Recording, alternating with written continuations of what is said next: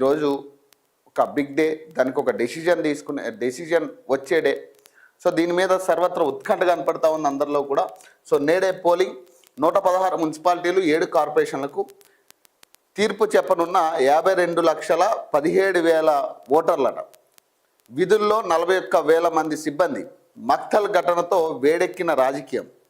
So ఎల్లుండ counting అంటే 13వ తారీఖు counting ఉండబోతా ఉంది. సో 2,981 స్థానాలు, 12,944 మంది అభ్యర్థులు. రాష్ట్రంలో ఎన్నికల పోలింగ్కు సర్వం సిద్ధమైంది. నేడు ఉదయం 7 గంటల నుంచి సాయంత్రం 5 గంటల వరకు పోలింగ్ జరగనుంది. బ్యాలెట్ విధానంలో జరిగే ఈ ఎన్నిక కోసం అధికారులు అన్ని ఏర్పాట్లు పూర్తి చేశారు. ఎన్నికల సిబ్బంది ఇప్పటికే తమకు కేటాయించిన పోలింగ్ కేంద్రాలకు చేరుకున్నారు. మక్తల్లో బీజేపీ అభ్యర్థి మహాదేవ్ ఆత్మహత్య ఘటన, విచ్చలవిడిగా డబ్బులు పంపిణీ ఆరోపణల నడుమ ఈ ఎన్నికలు రాష్ట్ర రాజకీయాల్లో ఉత్కంఠను రేపుతుంది. ఈ నెల 13న ఉదయం 8 గంటల నుంచి ఓట్ల లెక్కింపు జరగనుందట. ఎన్నికలు జరుగుతున్న బరిలో నిలిచిన 12,944 మంది అభ్యర్థులు భవిత్వాన్ని 51,17,413 మంది ఓటర్లు తేల్చనున్నారు. ఎన్నికల నిర్వహణ కోసం 41,000 మందికి పైగా సిబ్బందిని నియమించారు. 8,191 పోలింగ్ కేంద్రాలను ఏర్పాటు చేయగా వాటన్నిటిలోనూ వెబ్ కాస్టింగ్ ద్వారా నిఘా ఉంచారు. పార్టీ గుర్తుపై జరగనున్న ఎన్నికలు కావడంతో రాజకీయ పార్టీలన్నీ దీన్ని ప్రతిష్టాత్మకంగా తీసుకున్నాయి. సో హోరాహోరీ ప్రచారాలు జరిగాయి. సో ఫైనల్గా ఈరోజు ఓటర్ల చేతిలోకి వెళ్ళిపోయింది ఈ ఎన్నిక అనేది. సో ఓటర్లు ఏం డిసైడ్ చేయబోతున్నారని సర్వత్రా ఉత్కంఠ కనపడతా ఉంది. సో ఇంకో పక్క అనఫిషియల్గా జరగాల్సినవన్నీ జరుగుతూ ఉన్నాయి. ఇప్పుడు బీజేపీ బీఆర్ఎస్ సీక్రెట్గా చేసుకున్నప్పటికీ పైకి తెలియట్లేదు. కానీ కాంగ్రెస్ వాళ్ళు కనీసం ఇట్లా గుండె సూది ఇట్లా పక్కన పెట్టినా కానీ మొత్తం పెద్ద ఎత్తున ప్రచారం జరుగుతూ ఉంది. సో ఇంకా మినిస్టర్లు ఆయా మున్సిపాలిటీలు వదిలి కార్పొరేషన్ ఏరియాలు వదిలి బయటికి రావట్లేదు. విచ్చలవిడిగా అక్కడే మకాం వేసి మొత్తం ప్రజలందరినీ దగ్గర పిలుచుకుని వాళ్ళకి ప్రలోభ పెట్టి డబ్బులా లేకపోతే ఇంకొకట ప్రలోభ పెట్టి వాళ్ళని ఓట్లేసే విధంగా ప్రోద్బల పెడతా ఉన్నారు వాళ్ళని. సో ఏ రకమైన సిచ్యువేషన్స్ వస్తాయి అనేది చూడాలి. ఈ 13వ తారీఖు లెక్కింపు తర్వాత ఎవరి ఫేట్ ఎట్లా ఉందనేది తేలిపోతుంది. సో ఇది సర్వత్రా ఉత్కంఠ కనపడతా ఉంది. పార్టీ నేతల్లో కూడా, బీజేపీలో కూడా దాదాపు బండి సంజయ్, తర్వాత ధర్మపురి అరవింద్ వీళ్ళు చాలా ప్రతిష్టాత్మకంగా తీసుకున్న పరిస్థితి. వాళ్ళ నియోజకవర్గం, వాళ్ళ జిల్లా వరకు కూడా చాలా ప్రతిష్టాత్మకంగా తీసుకుని వాళ్ళు కూడా విస్తృతంగా ప్రచారం చేసిన పరిస్థితి. మరి ఎట్లా ఉండబోతుంది, బీజేపీ ఫేట్ ఎలా ఉండబోతుందో చూడాలి. ఎందుకంటే మనం గతంలో కూడా మాట్లాడుకున్నాం, బీజేపీకి కనీసం ఇప్పుడున్న పరిస్థితిలో డిపాజిట్ కూడా వచ్చే పరిస్థితి లేదు. ఒకవేళ ఎన్నికలకు వెళ్తే గనక డిపాజిట్ కూడా దక్కే పరిస్థితులు లేదు. కనీసం ఆ 3వ స్థానం కూడా కైవసం చేసుకునే పరిస్థితి ఉండదో అర్థం కావట్లేదు అనేది మనం గతంలో కూడా మాట్లాడుకున్నాం.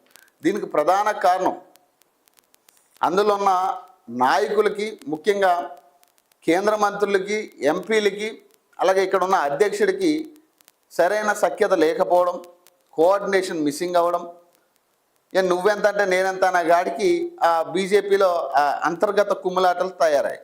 సో దీనివల్ల కూడా ప్రధాన కారణం దీనికి బీజేపీకి సమన్వయం లేకపోవడం, నువ్వెంతంటే నువ్వెంత అని ఆ మాట తీరు కావచ్చు, ఆ ఈగో వల్ల కూడా బీజేపీ నష్టపోతూ ఉంది.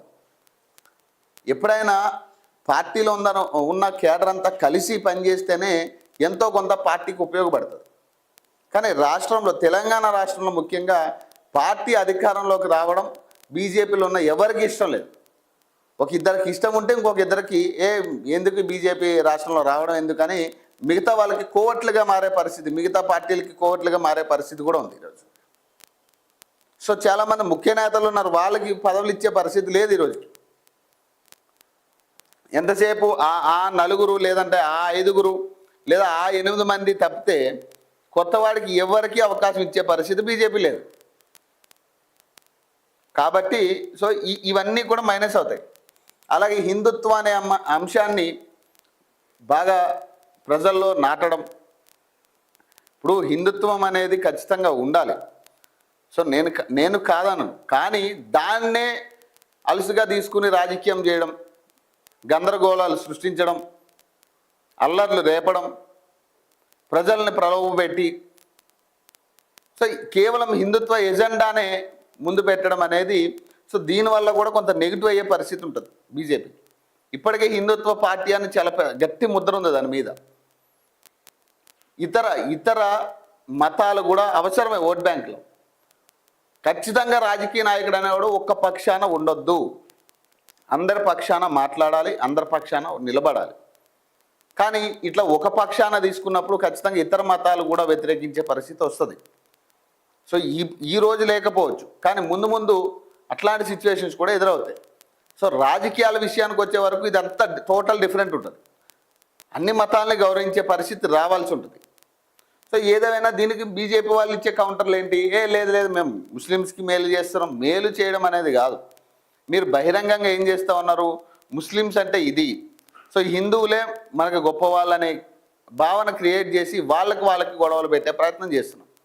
మన రాజకీయ భవిష్యత్తు కోసం మతాలకి గొడవలు పెట్టే ప్రయత్నం చేస్తూ ఉన్నాం, అల్లర్లు క్రియేట్ చేసే ప్రయత్నం చేస్తూ ఉన్నాం. సో ఇది తప్పు అంటున్నా. అది రాజకీయంగా తప్పు. బయట విషయానికి వచ్చేసరికి ఖచ్చితంగా అక్కడ ఏదైనా తప్పు ఉంటే ఖచ్చితంగా దాన్ని ఖండించాలి, కానీ రాజకీయంగా దాన్ని వాడుకోవడం తప్పు. సో ఇవన్నీ కూడా జరుగుతూ ఉన్నాయి. 1,29,00,000 నగదు పట్టివేతట. 1,21,00,000 విలువైన మద్యం, 15.7 లక్షల డ్రగ్స్ సైతం ఫారెన్సిక్ ల్యాబ్ డేటాను రిట్రైవ్ చేస్తున్నామట డీజీపీ శివధర్ రెడ్డి. ఆయన క్లియారిటీ ఇచ్చిండు. ఈ ఎలక్షన్కి సంబంధించి 1,21,00,000 పట్టుకున్నారట. సో దాంతోపాటు మద్యం, డ్రగ్స్ కూడా పట్టుకున్నారట. డ్రగ్స్ కూడా విచ్చలవిడిగా సప్లై అవుతోంది. ఈ ఎలక్షన్స్ టైంలో డ్రగ్స్ కూడా సప్లై ఎట్లా చేస్తున్నారు? ఇప్పుడు అధికార పార్టీయా లేకపోతే ప్రతిపక్ష పార్టీలనే కదా, అందరి ఎజెండా కూడా ఒకటే కదా. డ్రగ్స్ అనేది తరిమి కొట్టాలి, డ్రగ్స్ లేకుండా చేయాలనేదే కదా మీ ఎజెండా, పార్టీల ఎజెండా. మరి మీరే ఎట్లా ప్రోత్సహిస్తూ ఉన్నారు? డ్రగ్స్ దాదాపు 15 లక్షల రూపాయల డ్రగ్స్ పట్టుకున్నారట ఎలక్షన్ దీంట్లో.